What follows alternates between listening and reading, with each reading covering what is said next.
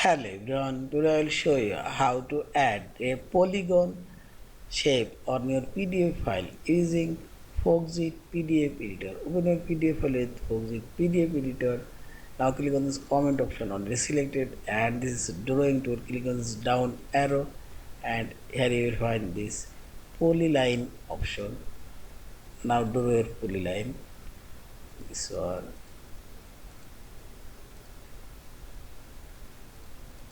And see our polygonal now created, and we can increase this polygonal line thickness and make it there. And this fill color I will add this one,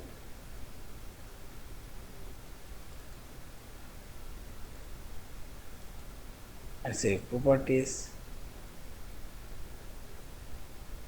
straight line, open and round last line, and fill color this one. And since in this way you can insert polygon on your PDF file. Yeah, this is. Thank you for watching. Please subscribe, like, share and comments.